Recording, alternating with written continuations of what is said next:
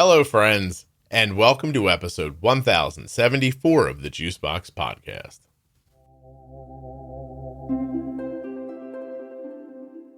Welcome back to the fourth installment of the parenting series with myself and Erika Forsyth. Today's episode is creating boundaries and expectations. Please remember while you're listening that nothing you hear on the Juicebox Podcast should be considered advice, medical or otherwise. Always consult a physician before making any changes to your healthcare plan. If you're looking to find Erika, she's at erikaforsyth.com. She can help you virtually or in person, depending on what state you live in. Erika is not just a terrific therapist, she's also a 30-plus year Type 1. iPhone users, please listen. If you're listening in Apple Podcasts, there's been a recent update to your operating system. If you've done that update and you're on iOS 17 now, your podcast app may not be downloading the podcast the way you expect it to. Go to your podcast app, choose the show, go to the three dots in the top right corner, choose settings, go down to automatic downloads, and set it to download all episodes. That way you won't miss an episode of the Juicebox Podcast.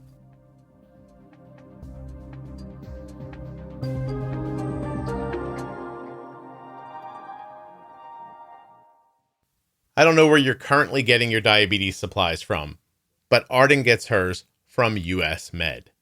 usmed.com/juicebox or call 888-721-1514. I want to personally thank US Med for being a longtime sponsor of the podcast and for sponsoring this episode. If you're interested in getting your supplies the same way we do, check out the website, usmed.com/juicebox, or call 888-721-1514. Get your free benefits check, and you'll be on your way. Just for everyone listening, I'm really excited about what we're doing here, but I'm more excited about what Erika told me she's going to tell me after we record the podcast.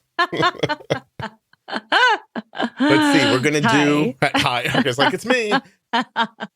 Let's see. Erika has put together a lovely outline for today's episode. This is episode 4 of the parenting series, Creating Boundaries and Expectations. So Why don't you walk everybody through, you kind of have like a 3-tiered map here for me. Tell me why you put it together the way you did. Yes. Okay. So I think it'll be helpful for us to understand what is a realistic boundary or realistic rule, why we set them for our children, along with why we set realistic expectations. And I think when we think about boundaries, we think and also I want to make sure we do this kind of in a developmental age appropriate way, but for little children, we think about boundaries usually around physical boundaries, like don't run across the street, don't touch the hot stove, don't keep your hands to yourself. Mm-hmm. So we think about these physical boundaries, but I also want us to make sure we think about the emotional boundaries that we set for our children. For example, a physical boundary, as I said, let's start with the keep your hands to yourself. Okay. Why is it important for your child to follow that rule? Well, so that they don't hurt the other child and then they don't get hurt in response. How do we reinforce that realistic boundary with our child? And this is where I think we can get into a little bit deeper discussion, is having the really emphasizing empathy and self-awareness. And I think as parents, we often think, well, empathy is like an older, more mature concept for children to get.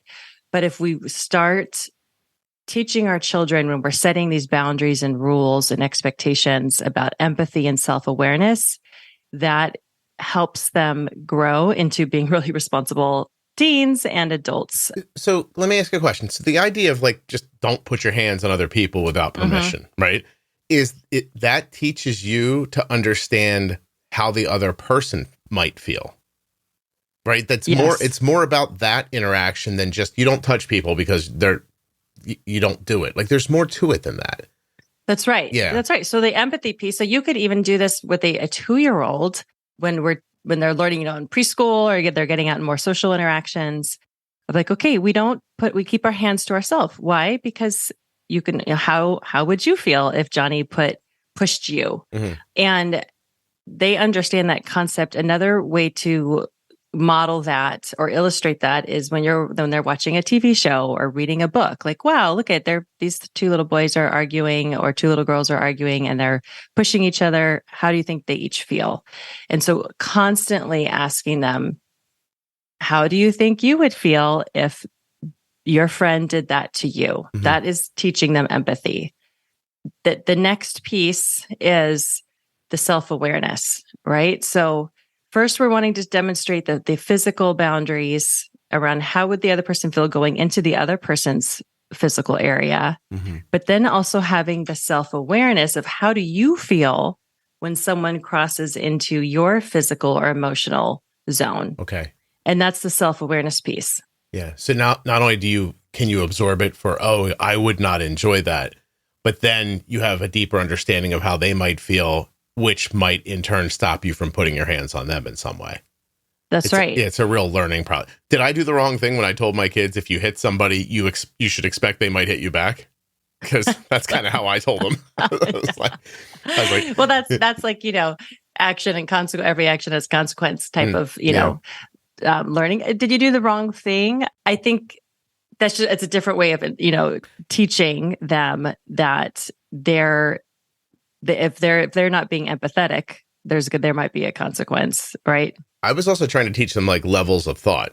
Like, say you're so upset that you push somebody. It's a great example that you used, right?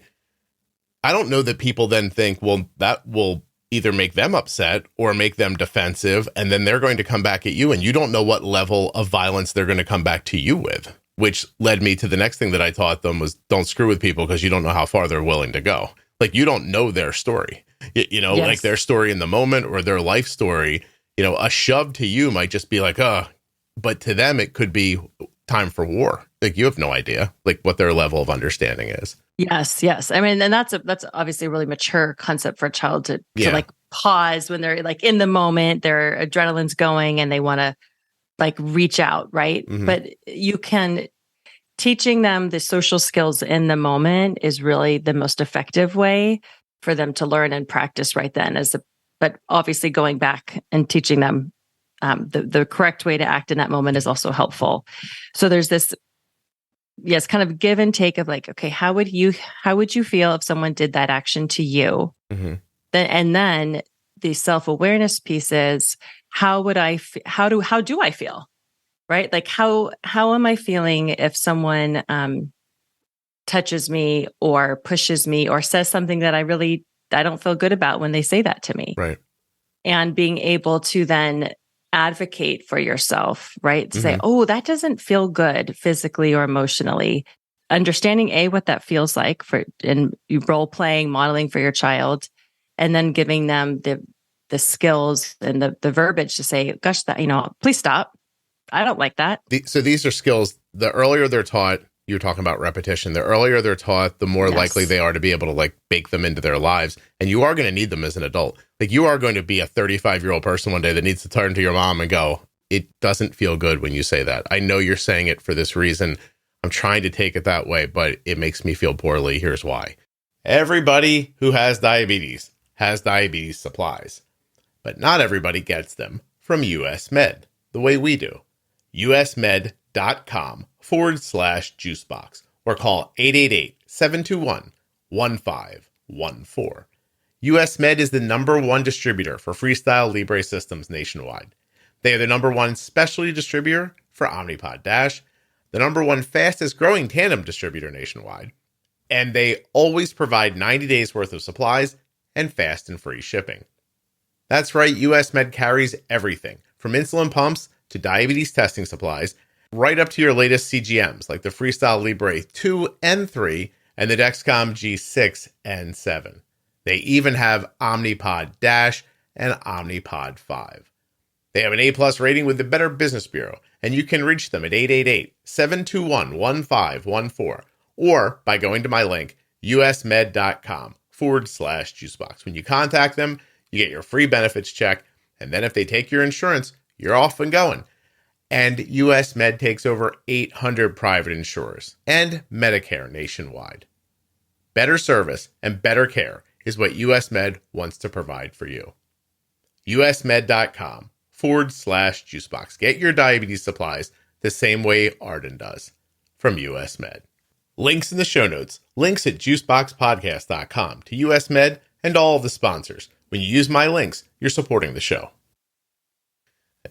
Yes. I mean, these are like such crucial skills to give your child to, yes, understand how the other person's feeling, but also understand when your boundary is crossed physically or emotionally, and being able to advocate for yourself in that way and not become like, it's okay, and want to avoid conflict or people pleasing, all of those things. Yeah.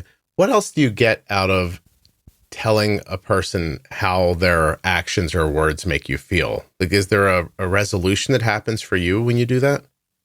So the resolution is hopefully that the person doesn't continue. Right.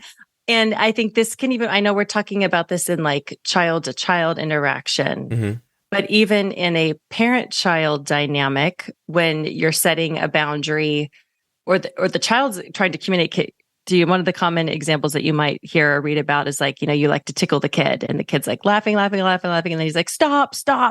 And you think they're kind of joking. I mean, I remember this as a kid too. And it is kind of funny and fun. But then at some point, you also get to teach your child like, okay, are you saying no? Is this a boundary? Have I crossed it? Is this fun or funny? But then teaching the kid how your child to say, no, this is okay. Please stop now. I'm done. And so then is the resolution is you're teaching the child that you're also validating what they're saying to you and you're listening to them. So you're teaching them boundary setting, self-advocacy, and in a bigger parent-child dynamic, I hear you, I see what you're saying, and I'm going to stop and I'm going to validate your needs. They get to see what it feels like to be respected, and therefore may be more likely to respect people in return, knowing what good feeling it delivers to them. Yes, absolutely. Okay. And wanting to reinforce that over and over by offering and then saying, wow, I thank you so, I really appreciate that because oftentimes I know as a parent, we might feel like, oops, I crossed a line, I messed up, or I'm not going to really listen to the child. He must be, they're probably just being silly. But praising, saying, wow, thank you so much for communicating what you really needed in that moment. And if you did cross their own physical or emotional boundary, it's okay to say, I'm sorry, I did that. So then you're modeling. It's like we're constantly trying to model because they do what they see. I find telling my kids that I appreciate that they shared something with me is really helpful. And it's hard to do because it always happens in the worst moments. It always happens in a moment where you're like, oh, I messed that up. Like, like you're just sitting there thinking, I didn't do this right. And now look where we've gotten. And they, have the courage to express it to you. And that's when you really got to just swallow the rest of whatever's going on in your head and just say, I appreciate you telling me that. I'll remember next time. And if I don't, tell me again, please. Because I don't mean to do this. Yes.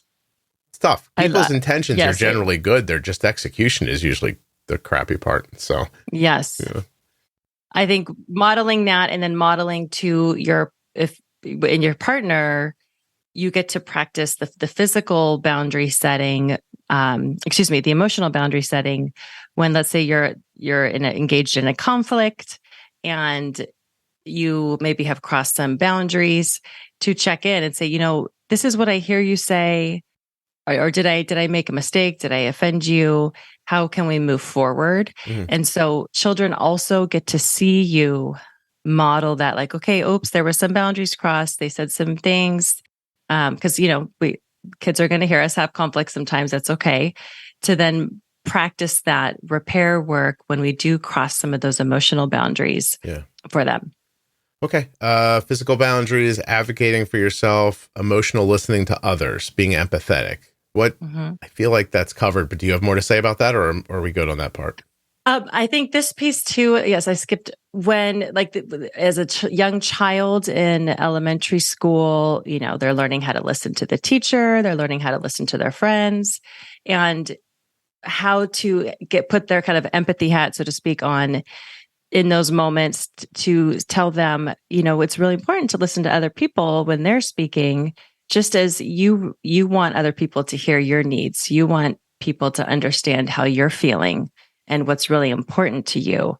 And that's why we want to also listen to other people, just kind of constantly putting on that like empathy. How does it feel when someone physically crosses your line? And how does it feel when someone doesn't really listen to what you're trying to say? And that's often when we see, there's all sorts of behaviors, tantrums, right? If they don't really know how to communicate what they're feeling, but then also when they're feeling like, hey, no one's really getting what I'm trying to say. Instructing, modeling for them. It's so important to listen to other people just as you want people to listen to you. I think it's incredibly important. I'm 52 and it still bothers me like I'm 5 years old if it feels like somebody's not listening to me. And that has to be from the way I grew up. So if you don't want your kid to feel like that 50 years from now, do what Erika's saying now, skip all that problem for them. I mean, it's not a thing that like I'm not crippled by it or anything like that, but I can feel like at the very center of the back of my brain, it's upsetting to me to feel like I'm not being heard. It's not, and I don't even mean like in the podcast. I mean like in personal relationships. You know what I mean? Like here, it's fine. I say what I say, and you'll listen or you won't. It's fine. But but I mean like in my personal relationships, if I don't feel understood, I'm off balance until I can figure it out. It's interesting. So, and then as a result, I imagine though you've learned when that boundary has either been crossed or not met, you're then able to maybe articulate like, hey, I feel like my needs aren't being met or you're not hearing me. Yeah. I mean, I can feel it coming, but it doesn't always stop. Just go like, you're not listening. You're not hearing what I'm saying. And the closer I feel to you, the worse it feels when it happens. And it's not like a bad thing. Like, it's not like somebody's like willfully not listening to me. I don't think that actually even happens in my life. But if I try to explain myself to my wife, for example, and she's not understanding how I feel, and if she's not understanding my intent, but more importantly is in my opinion, misrepresenting what I'm doing, I'm like almost a little crushed. I'm like, no, that's not what I'm saying. Like, how could I and then it's frustrating that I apparently can't say what I feel in a way that is receivable by another person. And then it's just like, it's a spiral from there. You know what I mean? It's anyway. I mean, so you tell me I could just do these things. Somebody could have done this with you when I was like 4. I would have not gone through this. That would have been amazing. Oh my God. Well, let's dig my mom up and yell at her. I'm just kidding. My mom's been dead long enough for us to joke about it, hasn't she? No? Not yet? Oh, stop. It's fine. She would have thought it was funny. Okay. Moving on. Okay. Modeling behavior for children. And then the idea of reflective listening that I always kind of need just maybe describe to me. Yeah. So that's, again, I mean, that is, you can feel so validated and you can more easily empathize with someone when what you were just describing, the example, when you share how you're feeling with somebody and either A, you're not either communicating it clearly, or B, the person isn't able to understand it. And for whatever reason, then that's when maybe your wife could say, this is what I hear you say. And then you get the opportunity to say, no, I'm saying I feel this way. And you keep going until you've been able to articulate exactly, I feel this way when, and then the person who's practicing the reflective listening says, I hear you say that you feel this way when, right? And again, I know we've talked about this in the communication episode. It feels silly. Yes. But it can feel connecting, and you're just validating, and then you're really able to empathize with the person because you're like, wow, okay, so you feel really disappointed or sad when I do this thing. I just want to tell guys that in most of your married situations, the last sentence will be spoken by your wife who feels a certain way, and it negates all the ways you feel. And then you lose and it's over. And I know, I know it's not about winning and losing. I take my I take my victories morally. When I see on her face she gets it, I don't even sometimes ask her to say it out loud. I'm like, that's enough. She knows. It's not important for her to say it out loud. And I don't mean like winning and losing. And I think that's important because I'm sure I do the same thing. Like I've heard you now. I know you're right. And whatever that is inside of you, like I can't get it out to say I'm wrong. But anyway, it's important. That's why it's so important to do this stuff with the kids, because it gets harder and harder the older you get. And I think people could get concerned too. that they're going to raise soft children. Like, do you know what I mean? Like, well, I don't want my kid being a marshmallow and like just taking people's crap, etc. Those are not the same two things, in my opinion. You know, like having being able to stick up for yourself and being concerned with how other people feel and understanding how you make other people feel. Those two things are not the same thing to me. But, you know, I hope that's right. Yeah. Because that having empathy for other people is really a powerful tool, and also understanding how you feel in certain situations is equally as powerful for yourself and for your relationships, right? And so to not only have the reflective listening skill as a parent to your child, but, you know, partner to partner, I think ultimately what you're doing is building that relationship. And as from the parent-child perspective, you are telling them and showing them, I am here for you. I hear what you're saying. And then they become empowered too, as they grow up, to not become a marshmallow, but to say, you know what, I can communicate what I feel and what I need in a healthy way. And I can also, you know, empathize with others. Listen, I'm no like physical force, but I think if you listen to this podcast, you can hear that I'm an incredibly empathetic person. I put myself in other people's shoes constantly. I spend a lot of my life trying to help other people to feel better. But if we were out in public and shit got sideways, I'd stand right up with everybody else. And I don't think those two things, like, I just don't think they're mutually exclusive, you know? So, but I do think that you could hear this as a young parent and think, I am not going to turn my kid into a pushover by doing this. And I really don't think that's what happens. I think actually the exact opposite ends up happening. So they get better in conflict resolution. Like, you're going to raise a kid who can be in a group of 5 people who are having a problem and step out of it a little bit, and they can see what's happening. You know, like, I know why this person's upset. I know why this person's upset. You're going to create a person who's a mediator as well as, you know, a leader. Honestly, I think. But I don't know, Erika. That's just me and my silly podcast. No, I think I mean, having the ability to identify and verbalize how you're feeling and understand how other people are feeling. If we, you know, it's a hard skill. Man. And it's, you know, and if we all could do that perfectly, there would be no issue anytime ever. Yeah. Listen, if you want to have a really popular podcast, I'd learn that one if I was you. It's very helpful. It's just interesting to talk about how a parenting decision for a 3-year-old could impact a 50-year-old person's life, because I don't think we stop to think about that stuff. You know, or frequently enough, maybe don't think about it. Like, you say, oh, I'll give them good tools and they'll turn into good people. But here's a concrete example of how that can happen. And, you know, I don't know. Like, my parents didn't teach it to me. I learned it along the way. If Arden doesn't get diabetes, I don't get involved in this space. I don't learn to have, I had more of a caregiver's mentality before Arden's diabetes. Like, if you were related to me, I would take good care of you. But I didn't particularly give a crap about other people. And now, like, this whole thing is, like, I used to tell people, like, I was not a chicken soup for the soul person before I started this whole thing.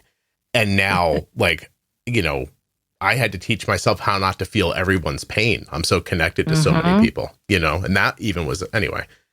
Well, yes. I'm sorry, I'm getting Erika off track. She's looking at me I made this great list. Now you're chatting. You've gone through a good master's level, you know, psychology. But everybody can get that just by watching the people around them, and not, it has to be more important for you to understand what's really happening than to lay your feelings over top of what is happening and color that situation with how you see it. It's not really important how you see it. It's important what's actually happening. I don't know if that makes sense or not. Well, but it does become important. This goes back to your own boundaries, when your boundaries are crossed, right? Yeah. And emotionally, physically, and then to be able to know how to speak and articulate that or verbalize that. Yeah. I'm not letting anybody walk all over me, but I'm willing to understand. Like, trust me, if what you think is harmful to me, well, you found my line then. You know, now I don't care how you feel anymore. That's right. Now I'm on Scott's side. So, all right. So your last bit here, validating emotions for this piece. Yes, I think we'll get into this point a little bit later in this episode and in the following episode. But I think as we're thinking about setting, you know, appropriate, healthy boundaries and expectations for our children, and offering praise in the midst of all of that, right? So as they're learning how to set physical and emotional boundaries, they're learning how to meet certain expectations. We want to offer the praise, in the moment of like, wow, you're doing a really good job in this growth area. But that you're not, just like we as parents, we've already kind of mentioned this, we're not always going to do it perfectly. And then inserting the lesson of self-compassion, right? To say, gosh, we're not always going to do everything right. We are going to step on, we are going to push our friends physically or emotionally sometimes. We're going to learn how to correct that. And then we're going to practice that self-compassion piece and not just be like, I'm a terrible parent. I'm a terrible kid. I can never get it right. Meeting these boundaries and expectations. And so I just wanted to slide that in there too, of like, it's okay to model that for your child as a parent, but also teach that to your child. Short memory, right? Yeah. There's an episode going up with you and I next week, which means nothing. I shouldn't have said it like that in here because people will be like, next week. It was 6 months ago if you're hearing this. Okay. But it's about, like, I drug you on here one day and I was like, I want to talk about how people compare things and why, like, that. We got into this long conversation that by the time we were done kind of boiled down to, a Hall of Fame hitter bats about 300. And that I see like this piece like that, like just that what you're calling self-compassion. I say, 3 and 10 is not bad. Like, you know what I mean? Like, you're going to fail more than you succeed, that kind of idea, and not to beat yourself up over those things. And what they tell a hitter in baseball is, you have to have a short memory, which just means like you fail, you move on, you don't look back. This seems like obvious stuff to say out loud until you try to put it into practice in your life. Yes. And then it's maybe not as easy. Anyway, but the ones that come out on top are the ones that master that idea. Yes. Right? Truly, Okay, so moving on, addressing the negative impacts of demanding perfectionism and having unrealistic standards. Wow. Thank God you're here. Yes. Like, seriously. So this is a biggie. Yeah. Yeah. Go ahead, please. I'm glad to be here. This is really challenging. So as we think about perfection, I wanted to kind of just highlight that, there's different types of perfectionism. There's the self-oriented perfectionism when we're demanding perfection from ourselves. This is kind of self-explanatory. There's other-oriented perfectionism when we're demanding perfection from others. And then there's the socially prescribed perfectionism when we think everyone around us is demanding perfection from us, which then maybe kind of goes into the, self-oriented perfectionism. Give them to me again. Give me the three again, just real quick. Okay. So self-oriented perfectionism, yep. Other-oriented, and then socially prescribed. Socially. Okay. Thank you. I just wanted to make a note for myself. The socially prescribed one sounds dangerous to my mental health, but let's hear what you're going to say. Yes, yeah, absolutely. And okay, so thinking about the negative impacts and of how we might be demanding perfectionism as a parent to our child. That's how we're going to look at this. So if we are demanding or expecting perfection from our children, they are going to constantly feel like there's unrealistic standards and they're not going to meet them over and over and over again. And then they're going to eventually, this is not every child, but this is pretty common, that they then will believe that they're never good enough. And we've talked about that statement, right? Like that mindset of, I'm never going to be a good enough fill in the blank. And so they're thinking, okay, mom and dad expect me to have straight A's or such and such number A1C, or to be, whatever it is. Yeah. And without maybe having, usually this happens without really a whole lot of awareness, but as a parent, you're expecting perfection. They're going to struggle to meet those unrealistic standards. And because of that struggle of never meeting this, because there is no such thing as meeting those perfectionistic standards, they are going to develop that concept that, gosh, no matter what I do, I'm never going to be good enough. I'm never going to meet my parents' expectations. And obviously that there's a snowball effect in that, mindset that we've talked about before. Do you think that parents actually overwhelmingly have that expectation of perfection? Or do you think it's the fear as a parent that you don't want potential to be wasted and that effort finds potential. But then it gets misinterpreted by the kid or by the way you deliver it. Do you think that's what really happened? Like, how many people do you think are running around going, I want my kid to be perfect? You know what I mean? Yeah, we don't. We say we want our child, we want to do the best. Just go out and do your best or do better. And so, I mean, I think, go out and do your best isn't necessarily negative, but when we say to our child, okay, just go out and do your best on that test or do your best in that game. And then they come back and they can pick up very small cues on our face of like, oh, because we might have an expectation that the best is 100% or the best is winning the game or getting strikes, whatever. So they are going to pick up, even if we're like, no, we just want our child to do the best. We don't have, high standards, but then we're like, oh, did you try your best?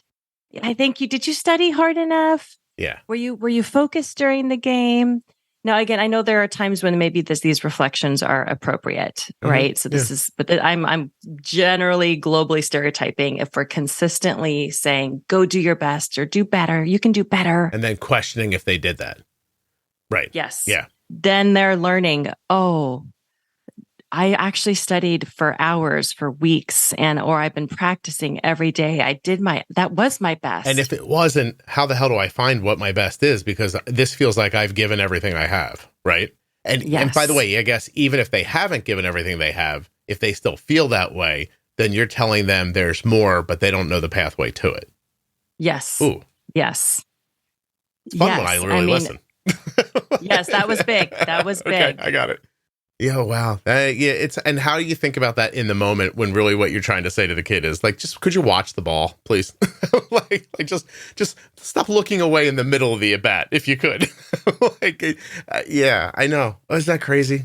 And I know we'll get into this too, because I'm thinking about like the counterpoint is, but if we're always saying you did your best, great job, good job, good job, good job, good job, good job all the time, then, finding that balance is difficult, right? Like you want your child to do their best and apply themselves. However, we also need to be in check with what does that actually look like and feel like? Yeah. And what does the best mean? The best means for you, like do your best, not the best.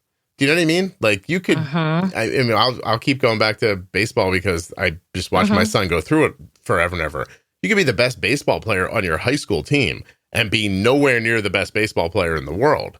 But that kid's now achieved their potential. They're a really good high school baseball player. You can't keep telling them, well, there's people doing better than you. There's always someone doing better than you.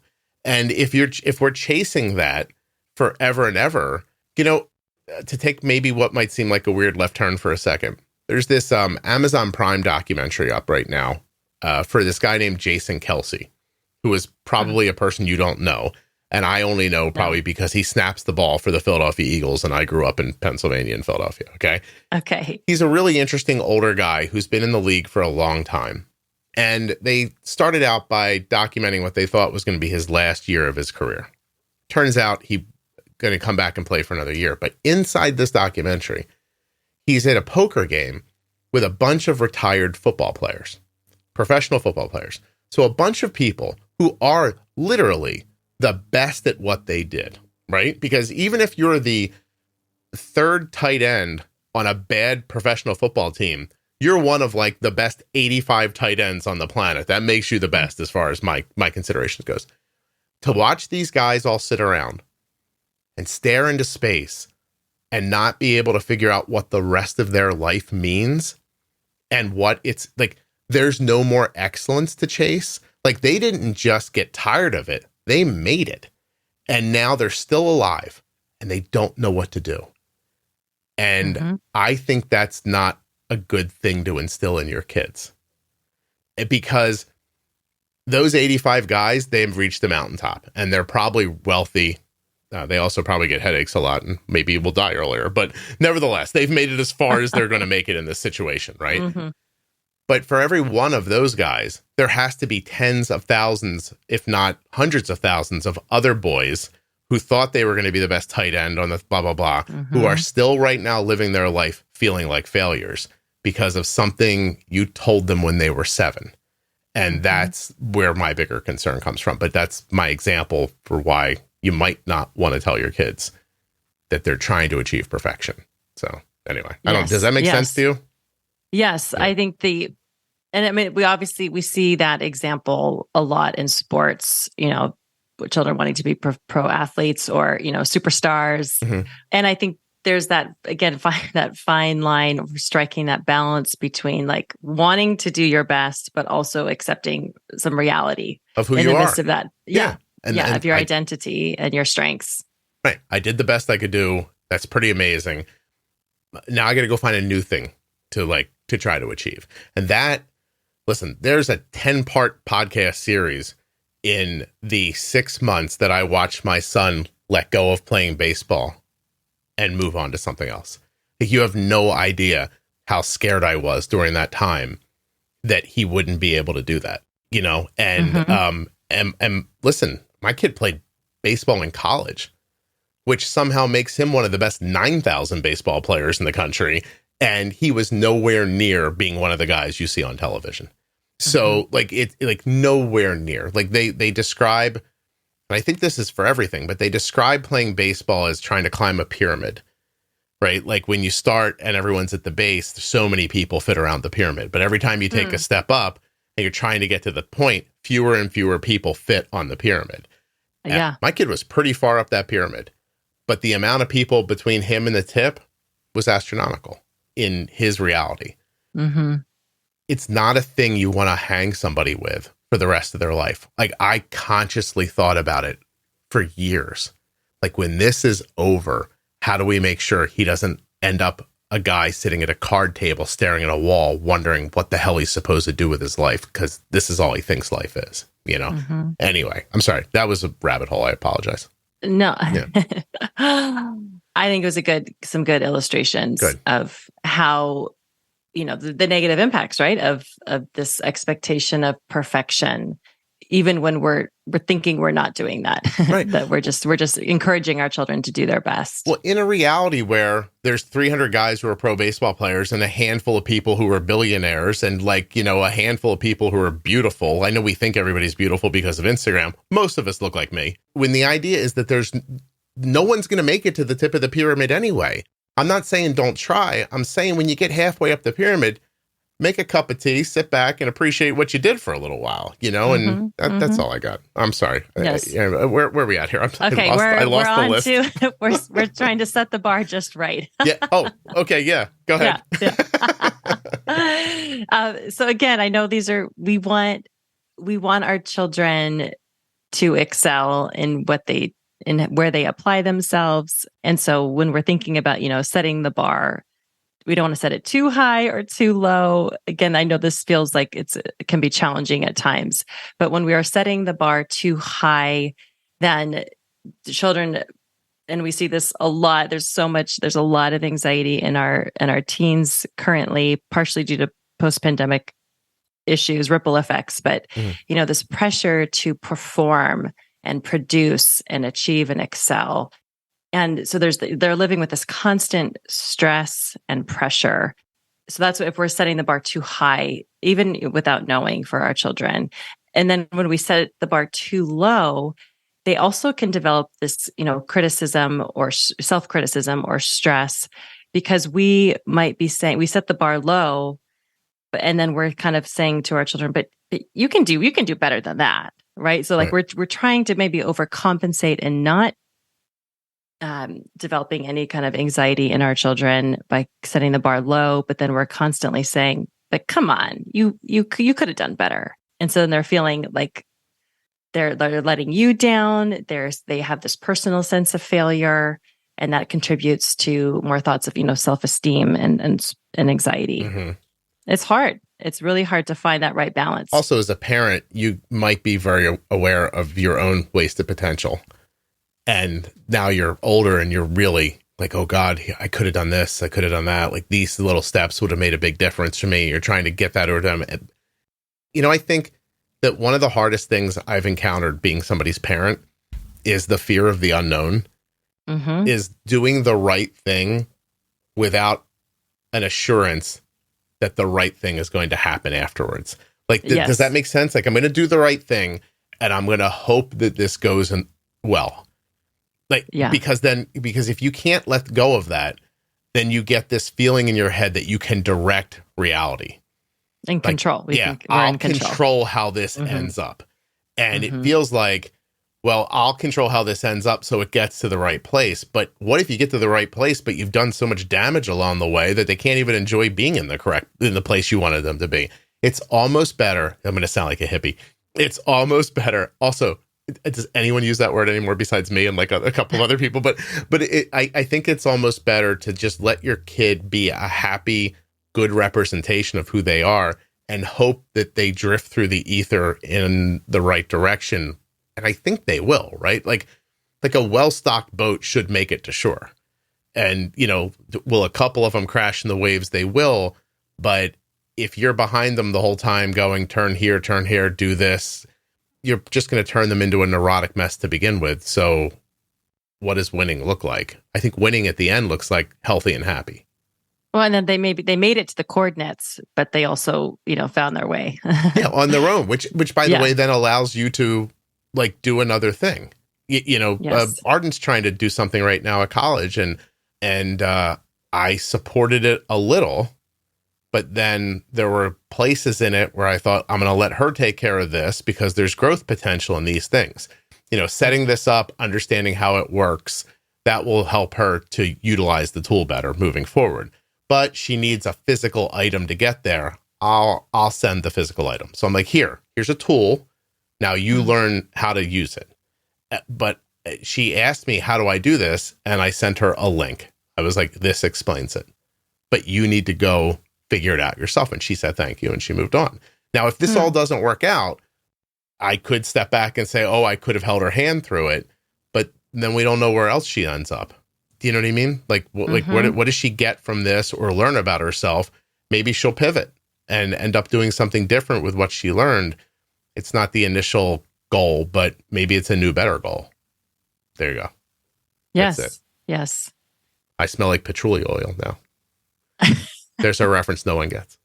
I know patchouli oil. You're from California. It's different. Yes. Yes. It was alive and well in Laguna Beach where I grew up. Yes. I think the setting the bar, I know, is so challenging and it's hard. I mean, I immediately think of all of the examples with our, diabetes management piece. And one thing I know that we want to achieve the perfection, whatever that is, but I think there's been such great dialogue and understanding to eliminate that perfect number, perfect time and range. What a great way you can model for your child if you were the one caregiving for your child in their management, their diabetes management.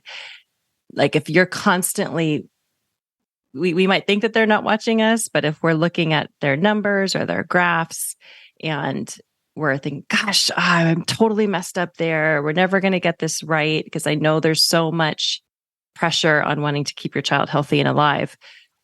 But to model for your child so that when they are growing up and starting to take control of their own, management, it's like, gosh, whoops, like we goofed here, but we know we'll figure it out next time, or we know how to correct here. Right.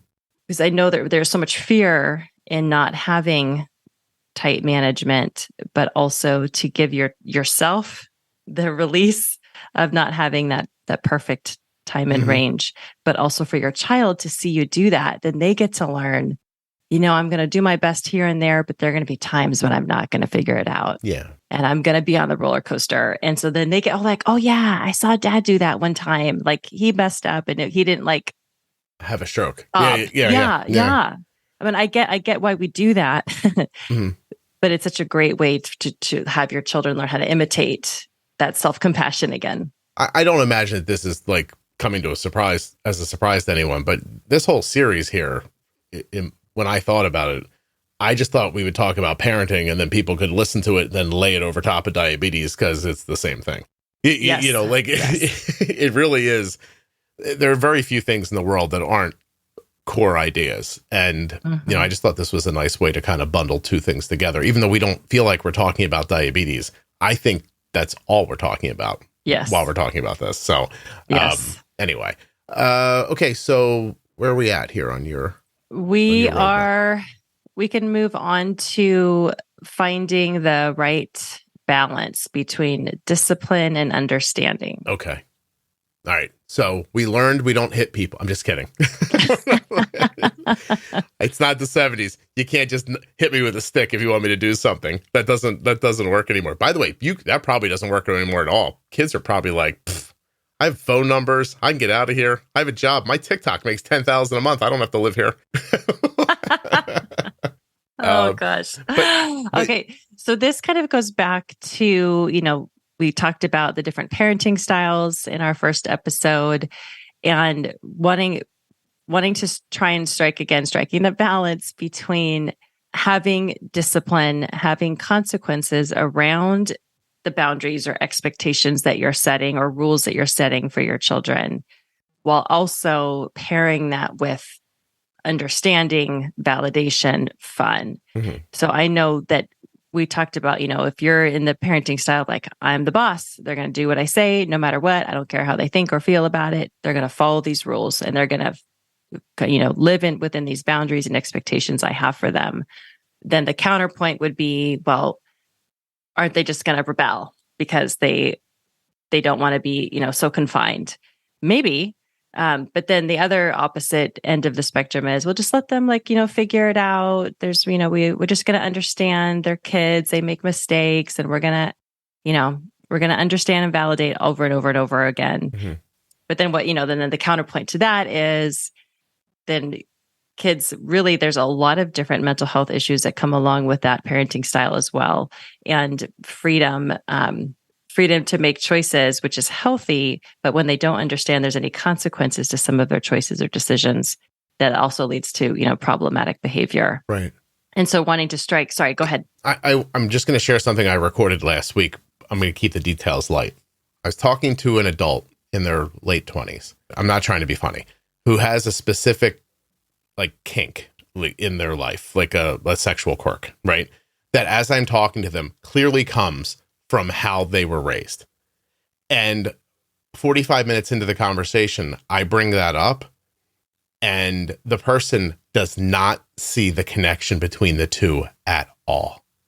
It's so obvious, but not to them. And I just, it felt like that was important to put into here for some reason. Not that your kid's going to end up in a S&M dungeon. That's not what I was trying to say. What I'm trying to say is that you could lead somebody in a direction and they won't know what happened to them. And so they have no ability to course correct because this feels right to them. Even though it started with a bad thing, that person was empowered by this thing. And I mean, I'm only one person, but from my perspective, had they not been abused as a child, I don't think they'd be in this situation right now. And I'm not saying the situation's bad or good. If you're out there and you like to have your ass slapped, I'm not saying I'm judging you. I'm saying that, sorry, this is what the conversation, you should go find. It's a great episode. It's one of the best episodes I've ever recorded, actually.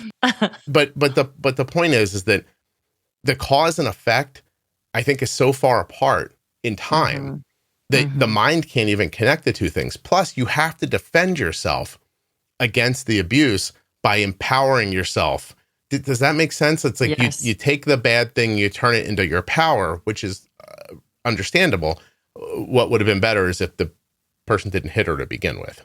And so anyway, I think that's what we're talking about here, but there's a real world example of what it could look like 25 years later is what I'm saying. Yes. Sorry. Yes. Because I mean, again, going back to the self-awareness piece, you brought some self-awareness to her in that reflection in the recording. And part of that, we're encouraging some self-awareness too, in some of our parenting styles and routines. We just do. And also because we're tired, we're stressed. Mm-hmm. We have our own, baggage that we're carrying. And sometimes we just parent out of a natural space and energy. Yeah. And so I think we're hoping that by just pausing and reflecting and bringing some self-awareness, like, oh, maybe I do generally parent this way or the other, right? Well, that's a very kind statement from you. It's not anything more than what I would expect, and I agree with you. But I do want to say this, and I'm somebody's parent 2 times over. It's a big responsibility you took on. And in the end, I don't know where Erika's going to stand on my statement. I don't want to hear about your problems. Like, go do the right thing. Like, you said you were going to do this. They're here. Go do it now. Like, maybe you don't get to be as rested or as happy or whatever the hell else, but you're here now. You did this thing. These kids are here. They deserve a shot. Maybe you got to swallow hard and, take one for the team sometimes. It's nice to think that we can all be happy, but I mean, wouldn't it be cool if we could just set the next group up to be happy and feel fulfilled by the fact that we sent another generation of people on a better path than the one we were on, rather than like, I would have liked to have paid attention, but I needed to get some sleep so I could get some overtime because I deserve to go on vacation. Like, I haven't been on a goddamn vacation in 10 years. I'm busy parenting 2 children. It's hard. You know what I mean? So I want to be happy too, but at whose expense at some point? That makes sense? Yes. Yeah. I think being able to, what you're wanting them to be happy and healthy, and you're wanting to be happy and healthy as a parent. And I think we're not going to be able to be this model perfect parent all the time. And sometimes we are going to need to take a break or sleep or yell. 1,000,000%. I'm just saying, if someone gets screwed, it's you, not them. Like, that's just got to be. Like, I mean, if you're making a decision, it's you over them, I got to tell you, I don't understand your decision. So, it's done now. You had a baby. Here it is. It didn't turn out the way you expected. Too bad. You got to do the right thing. Like, keep doing the right thing, because one day it all just comes back to you. Like, it really will. Like, maybe you're not going to have the exact life you wanted when you were 25, but you'll wake up in 10 years and be like, oh my God, I've got this like reasonable child who's happy and on a good path. And then you get to be happy too. You have no idea how easy and joyful, and there are just more words that need to be attributed to this, but my life with my son is like just how our back and forth is. And it's, maybe it won't pay you today. It's definitely going to pay you tomorrow, I guess, maybe is my bigger point. You might have to maybe I should have just said, you may have to sacrifice a little now for later, but what you get later is more than payback. That's how I see it anyway. Yes. I think, sacrificing now. And I think as parents, probably most of the parents listening to this podcast are feeling that way, that they are sacrificing, that they are working really hard, that they're doing their best. And I think the way to find that balance between the like understanding, maybe offering too much leniency or freedom in your child's behavior or choices versus I'm the parent, I'm going to do this. And then trying to find like not being a perfectionist parent. Like, there's so many different things like to filter through, is to just keep communicating, whether your child is 1, 2, 10, 20, keeping that line of communication open in terms of, wow, I understand you really don't like this rule. This is still a rule. Mm-hmm. And I need you to follow it, but tell me how you feel about it. Or, wow, I see that you're working really hard in this area. I'm really proud of you. Or, and keep it up. We're all practicing, right? Like, we're all practicing to do our best. Yeah. And to communicate with our children in that space as we're learning how to parent just as much as they're learning how to be children. Right. It's hard. No, I mean, it's incredibly difficult. But I hear your point too. Yeah. Like, we do need to we're all grinding it out, trying to figure it out. It's hard for a reason, because and that doesn't mean you get to give up in the middle. I don't know, because when you give up, I mean, you're giving them away. Like you really are. You might not see it that way, but like you're going to at least put it on them to try to figure it out on their own. And then it's a coin flip whether they get it straight as an adult or not.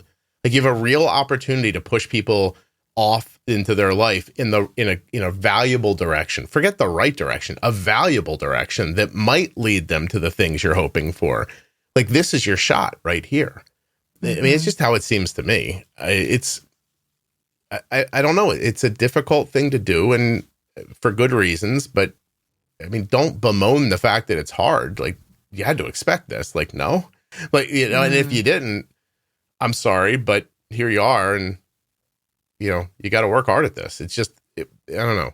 I'm torn sometimes between saying to people like, these are good things to do. I mean, you've gone over so many valuable things here, but in the end, you can't just say, oh, it didn't go my way.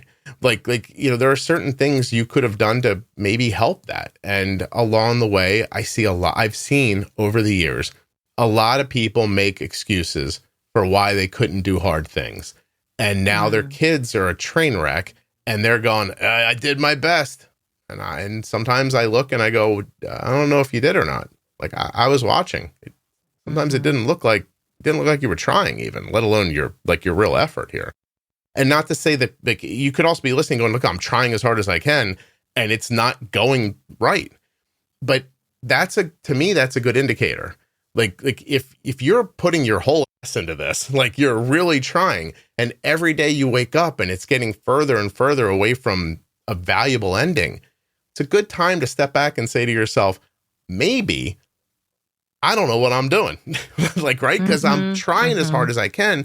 But if you're trying to saw a hole through a wall with a screwdriver, it's going to take forever. And if your ideas aren't getting you to where you want to go, what a perfect time to reach out to someone else and help get an assessment of what your decisions are and maybe how you could make ones that would end up in a different situation. Does that make sense? Yes, okay. I think, yeah. So it sounds if a parent is articulating and feeling frustrated, you know, hands in the air, I'm doing the best I can, but gosh, you know, my relationship with my child is not where I want it to be, or I'm just exhausted, burnt out. I can't keep going. I'm kind of in this giving up space, which we might all feel as parents throughout the day or the season. Yeah. I think that's a great thought to then, that's where the self-awareness piece comes in of like, gosh, you know what, maybe I'm not perfect, but I also don't want to give up, and I'm going to be kind to myself, and I need to ask for help. Yeah, I need help. Work smarter, not harder. Sometimes, like if it's possible you're just not good at this, like or whatever we're talking about, like diabetes or parenting or anything. Like if you're putting that much honest effort into something and getting no results, you're probably doing the wrong thing and don't even know it. So how do I go find somebody that, you know? Not to bring this person up again, but the person I was talking to, and I was telling that story about earlier, is a parent and making like incredible strides for themselves as a parent. I said, where did you learn that, given that you grew up in such a terrible situation? Boy, she found classes given at local hospitals, by therapists doing pro bono work. Like she wanted to do a better job for her kid. And even though she didn't know what the hell that looked like, she went and found other people to teach her what that looked like. And I was just very impressed, like really, really impressed. She realized I don't have the tools. I need somebody to explain to me what to do. And then she had the lack of ego to go do it. The whole thing was very impressive. So anyway, I think I could do that. There's things I don't know that I have to go to other people and find out about all the time. And I'm sure that happens to you and everyone else. Yeah, absolutely. Of course. But at some point, you can't just keep saying, well, I'm working really hard and that kid's a little asshole. It's obviously their fault. Maybe not. That's all I'm saying. And some, you know, I mean, kids can be dicks. It's hard. It's hard to raise. Well, it is. Yes. And it's so hard. I mean, just that step that you just shared about what this person did, that takes so much effort and energy and courage too, to say, I need help. And then I'm going to spend the time and effort, particularly if I need, you know, maybe you don't have the resources to throw a ton of money and time at it, but she's going to find, you know, resources that she can afford, or that is huge. And it takes so much effort. I kept wondering, like, where did she get the emotional intelligence to figure this out?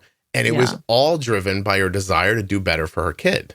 Boy, if you listen to her episode, it's a slow process. Like she's not out there killing it. She's incrementally getting into a better and better situation very slowly. The patience of a saint, like her life is not easy, and she doesn't act like it. She doesn't act like she's being burdened.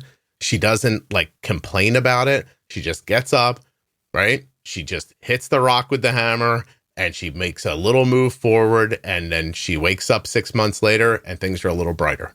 And then she has a terrible backslide, puts her head down, makes a good decision, does it again, and she just keeps climbing. I was very, very impressed with her.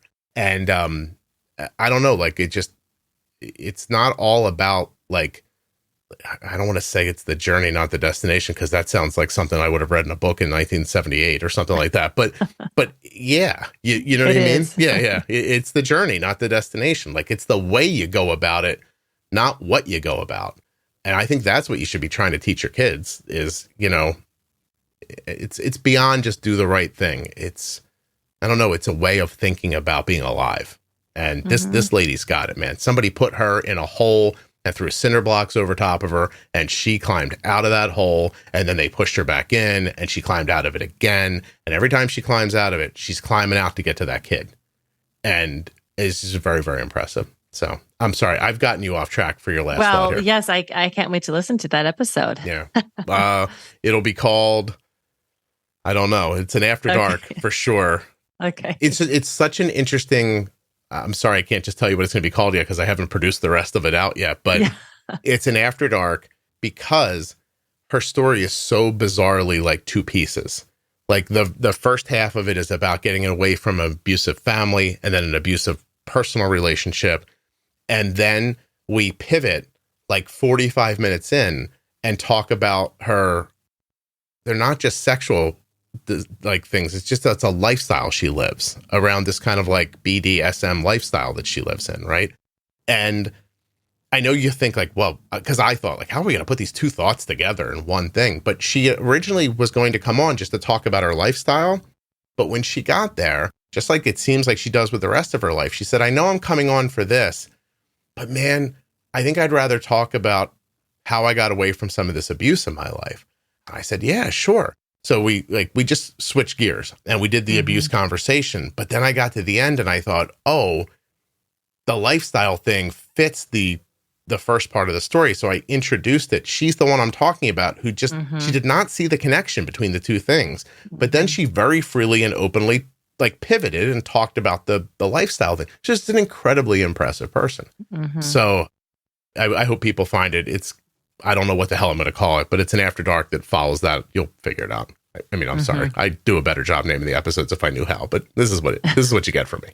So, anyway, but I'm sorry. We were like, yes, I think we're good. But we are good. I think we were going to get into, having the importance and significance of having consistent discipline. We were talking about having that balance between discipline, understanding, validation. And I think we'll get into the importance of having consistent consequences and what happens, if we don't do that in our next episode. I think when we talk about recognizing patterns and breaking cycles, I want to try to remember to bring this up. So I'm going to say it here so it kind of sticks in my head as my memory. But oh my God, I just completely lost my thought. Isn't that amazing?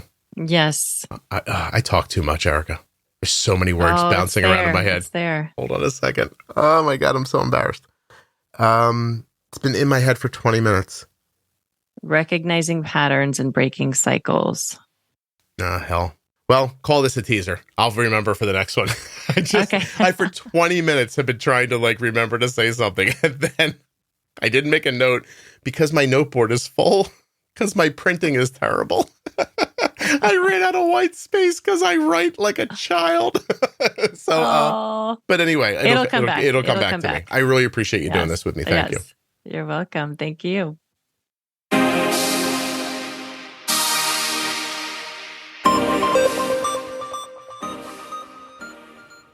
If you enjoyed this, please share it with someone else who you think might also enjoy it. And hang on for a second because I'll give you a list of the episodes you may have missed if this is your first time. For now, though, let's thank Erika and remind you to go to erikaforsyth.com. And, of course, US Med for sponsoring this episode of the Juicebox Podcast. US Med is where my daughter gets her diabetes supplies from, and you could too. usmed.com/juicebox or call 888-721-1514. Get your free benefits check and get started today.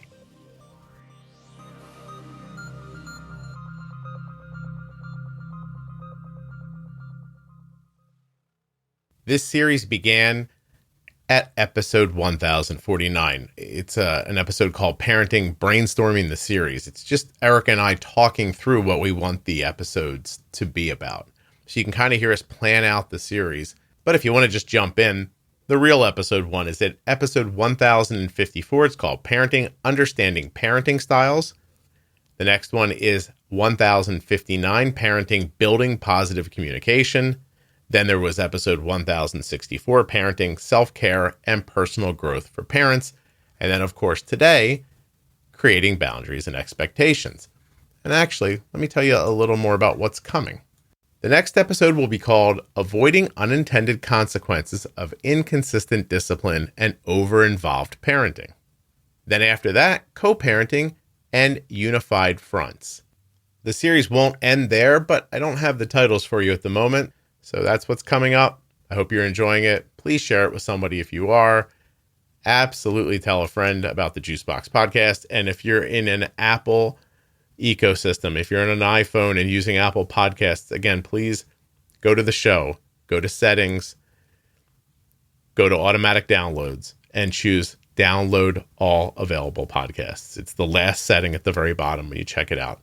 The new operating system is keeping it so that some of you are not getting the episodes of the podcast that you would normally get. Thank you so much for listening. I'll be back soon with another episode of the Juicebox Podcast.